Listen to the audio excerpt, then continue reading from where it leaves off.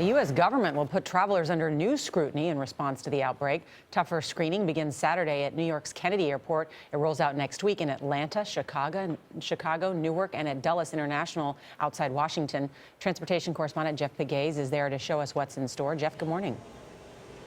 Well, good morning. Those are the airports that receive more than 94% of the passengers traveling from the three West African nations hardest hit by Ebola. Before those passengers leave those countries, they are screened, and now they'll get a second round of screening when they arrive.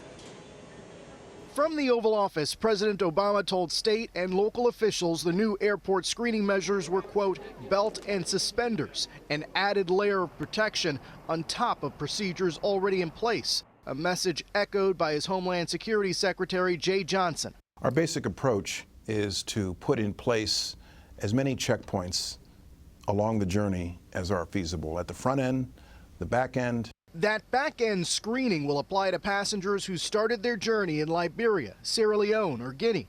They will have to declare where they've been, how they're feeling, and whether they encountered anyone who might have had Ebola. They will also have to list specific contact information for how they can be reached while they're in the U.S. And their temperature will be taken with a non-contact thermometer like this one in an airport in Nigeria. If a traveler shows signs of illness or the questionnaire shows they could have been exposed to Ebola, Centers for Disease Control workers stationed at the airport will take over.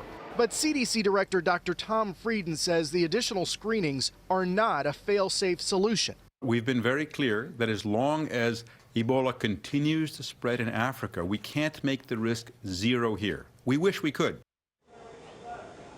The number of people subjected to those additional screenings will be relatively small. On average, about 150 people a day from those three affected countries come through those 5 U.S. airports. Charlie? Jeff, thanks.